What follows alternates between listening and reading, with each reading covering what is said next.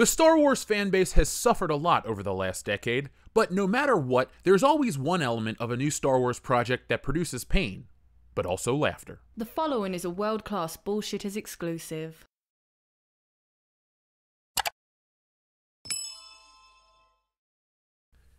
The Acolyte is here. It's queer, but we're not going to talk about that. The Acolyte is the hottest thing on the internet as articles, press releases, and advertisements are everywhere. They're out and about, spouting off the virtue of this show. They're talking about how great it is, how gay it is, and while all this praise is going on, a small minority of people aren't paying attention. That small minority? The entire Star Wars fan base. The Acolyte continues to be ignored by millions of burned Star Wars fans. Social media is ablaze. They're reading off numbers that aren't that impressive. They're touting scores and getting full of themselves, but in reality, they're full of something else. But before we get into that, today's video is brought to you by me, Jeff Hicks, and an all-new way to fight wokeness. Let's bust it. Don't you just hate wokeness and the toll it takes on society? Well, bust it with Wokebusters.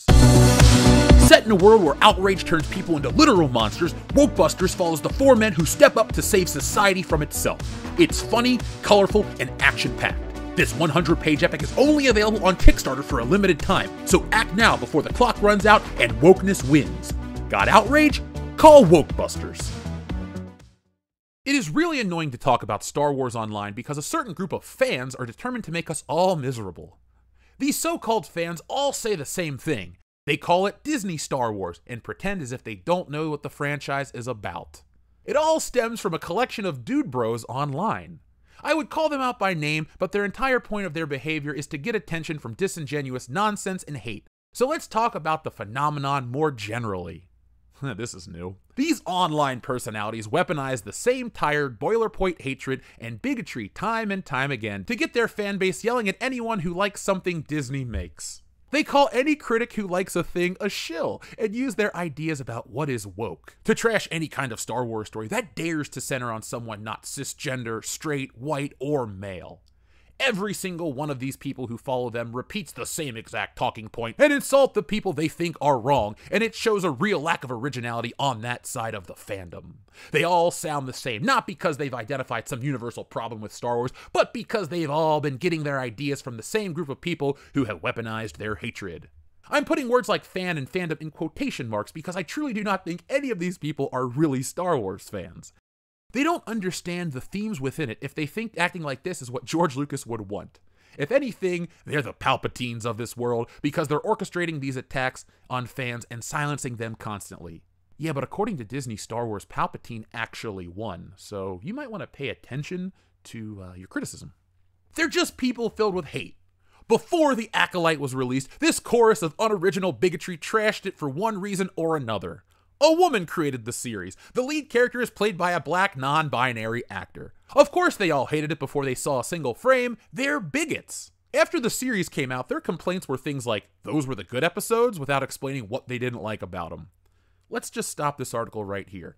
Hi, Mary Sue. My name is Jeff. I run the World Class Bullshitters channel. I always put everything that you're talking about in every one of my reviews because these shows are terrible and I have all the valid reasons why.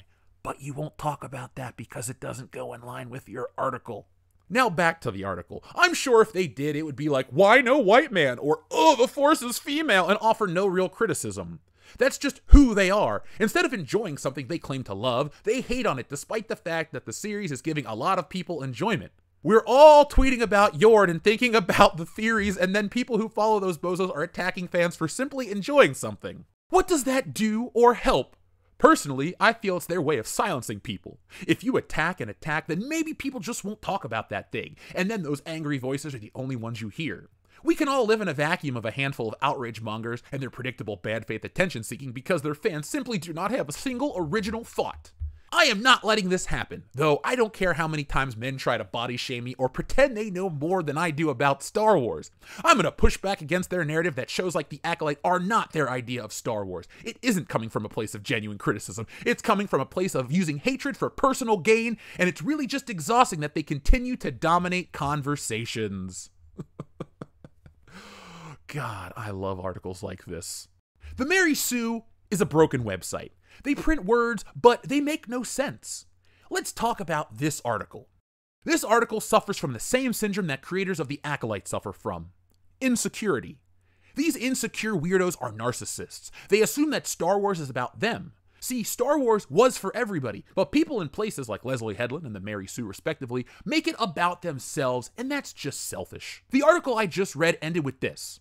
I don't care how many times these men try to body shame me or pretend they know more about Star Wars than I do, I'm going to push back against their narrative, and shows like The Acolyte are not their idea of Star Wars. It isn't coming from a place of genuine criticism. Yes, it is, and I'm tired of acting like it doesn't. The woman who wrote this article has issues. Deep-seated issues, just like Leslie Headland. These people are trying to make these shows deep political statements about identity or some other extreme-leaning bullshit that turns off most people. They're so obsessed with themselves. What does body shaming have to do with anything?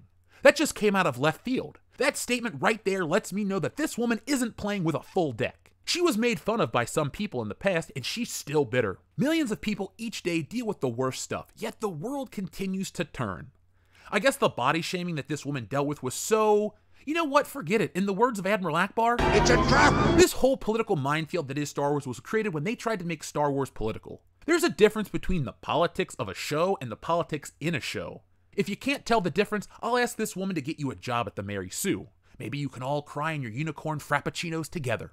The point of this article is to bitch about Star Wars fans. You claim to be a Star Wars fan all over the internet, lady. Maybe, and this is a message to all cat parents, weirdos, weebs, weekend warriors, sportos, motorheads, geeks, sluts, bloods, waste toys, dweebies, and dickheads, maybe you should stop making your identity a brand name. This article reads as, "Hi, my name is Shill Skywalker. I'm insecure and my personality is Star Wars."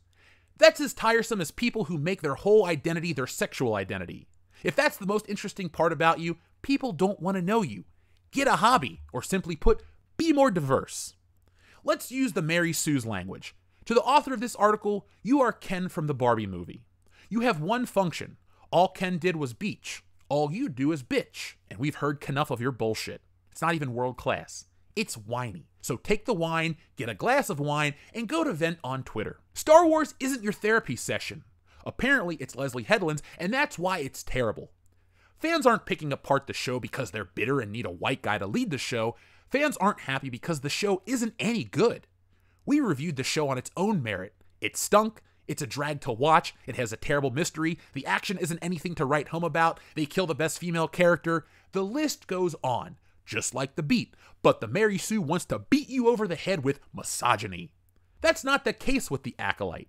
Much like Ahsoka, the Book of Boba Fett, Obi-Wan, and more, the show just isn't good at all, and all the crying about it and all your personal issues isn't going to shut up anyone. Please, continue to scream into the void about your problems. The audience has no sympathy for this. Is it because they're cruel, heartless white men? No, it's because every time something from Disney Star Wars comes out, it sucks and the people with bad taste always swoop in to make it political, in the hopes of curtailing criticism. It's not gonna work. Period. As Disney Star Wars continues to decline in viewership, toy sales, and every other quantifiable metric, remember, it's made for this audience. This is the type of fan that Disney Star Wars caters to, because they eat up their CW level quality Star Wars shows. They love the shipping, the abusive relationships, the jilted characters, the plots thinner than Ric Flair's skin, all of it. Fans are not angry, but they're not going to shut up. There's no Star Wars utopia at the end of this rainbow, just reality. Why are all these people obsessed with everyone liking what they like the way they like it? Star Wars was already for everyone. Disney Star Wars continues to further the gap, widen the schism, and make things worse. There's a new tactic this time. The pro-Acolyte side is trying to make you feel bad for watching YouTube videos that don't like the Acolyte. This reeks of desperation, or money from Disney. As millions of views are racked up each day, the people who are displeased with this show aren't shutting up anytime soon. They keep expressing themselves. Isn't that what the people at the Mary Sue want? Isn't equality the endgame? These disappointing excuses for people want positive reacts only, and that's just not going to happen. Why do they think that they have the right to shut people up who disagree with them? Well, it has something to do with their past, their issues with siblings, parents, appearance, etc. Isn't it great that we stopped all of this crap at this level and it hasn't bled into entertainment? Oh. Here's the most important part of this video. Tell me what you think down in the comments below. The guys and I will be reading these ones specifically for Comment Slam, so do your best. Articles like this are just sad. Clearly this woman has gone through a lot, and all those men look just like angry Star Wars fans, apparently. Isn't it great that she has a platform to share her opinions? I know, I'm glad I read it. It was the funniest part of my week, and I did sit through The Acolyte. So folks, join me on Tuesday at 10 p.m. Eastern Standard Time to laugh at The Acolyte together.